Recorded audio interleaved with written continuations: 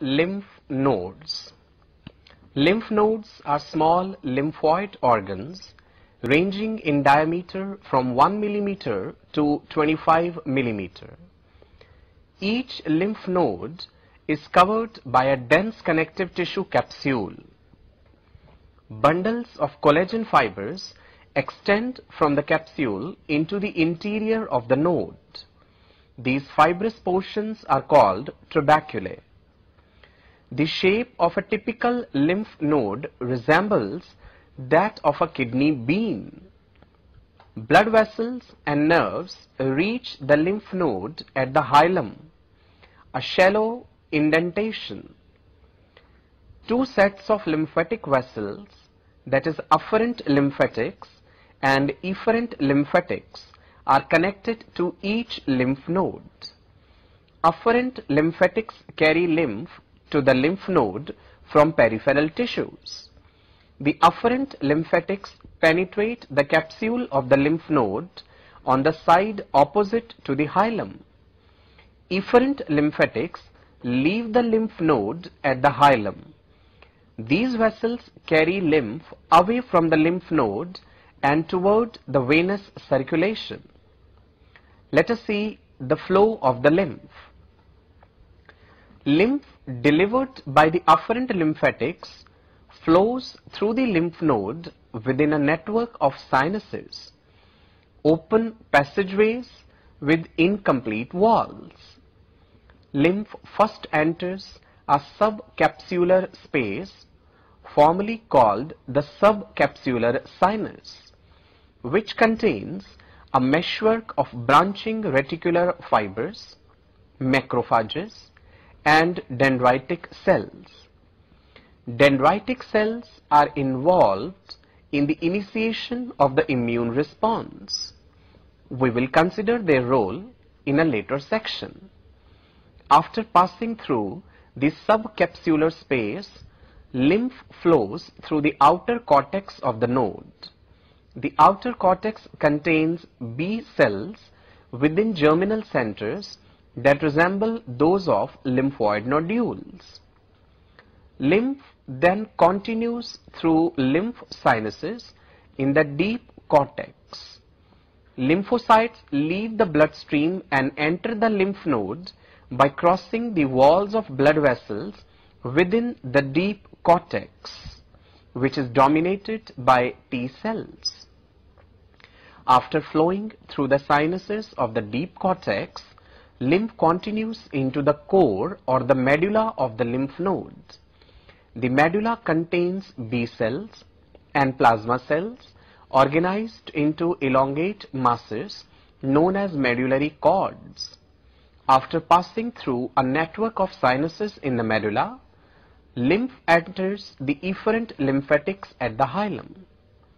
Let us see the functions of the lymph nodes. A lymph node functions like a kitchen water filter, purifying the lymph before it reaches the venous circulation. As lymph flows through a lymph node, at least 99% of the antigens in the lymph are removed.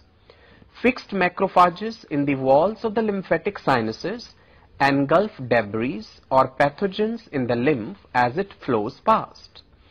Antigens removed in this way are then processed by the macrophages and presented to nearby lymphocytes. Other antigens bind to receptors on the surfaces of the dendritic cells where they can stimulate lymphocyte activity. This process, antigen presentation, is generally the first step in the activation of the entire immune response. In addition to filtering, lymph nodes provide an early warning system. Any infection or other abnormality in a peripheral tissue will introduce abnormal antigens into the interstitial fluid and thus into the lymph leaving the area. These antigens then stimulate macrophages and lymphocytes in the nearby lymph nodes.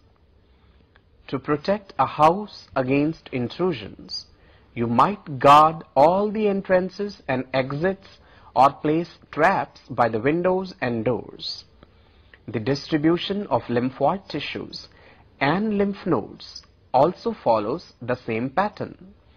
The largest lymph nodes are located where peripheral lymphatics connect with the trunk, such as in the groin, the axillae, and the base of the neck.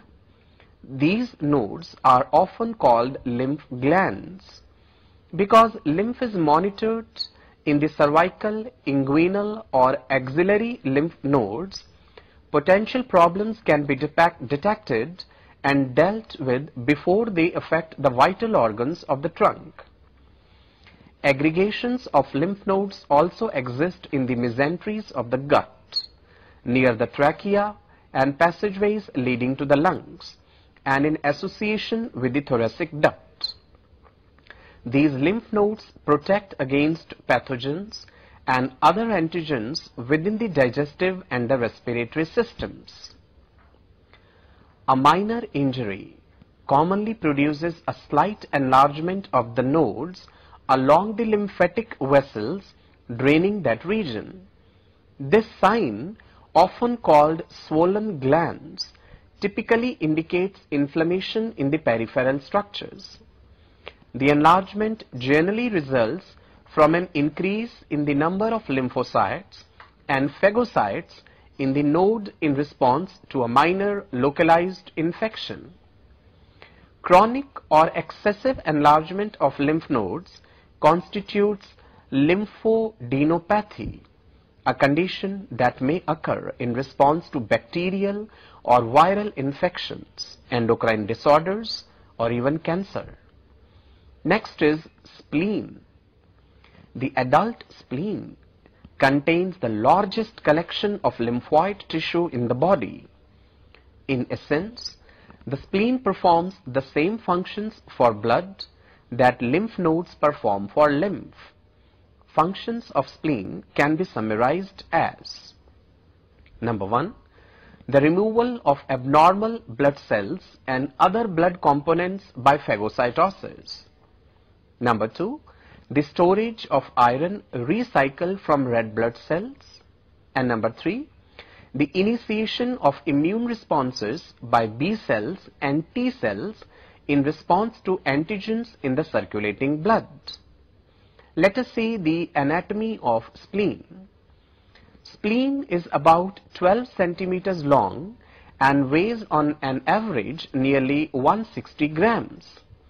In gross dissection, the spleen is deep red because of the blood it contains.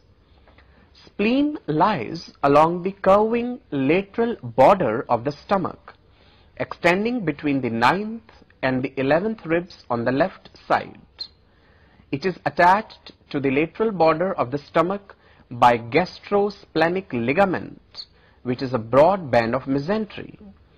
Spleen has a soft consistency, so its shape primarily reflects its association with the structure around it.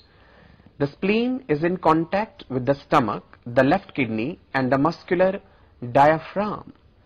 Spleen is also called the blood bank of the body. It stores large amount of blood. It is also called graveyard of the body because a large number of RBCs are destroyed here.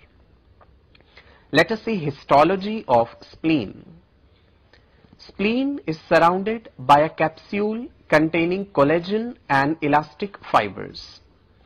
The cellular components within constitute the pulp of the spleen. Red pulp contains large quantities of red blood cells, whereas white pulp resembles lymphoid nodules. Splenic artery enters at the hilum and branches to produce a number of arteries that radiate outward towards the capsule. The trabecular arteries, in turn, branch extensively, and their finer branches are surrounded by areas of white pulp. Capillaries then discharge the blood into the red pulp.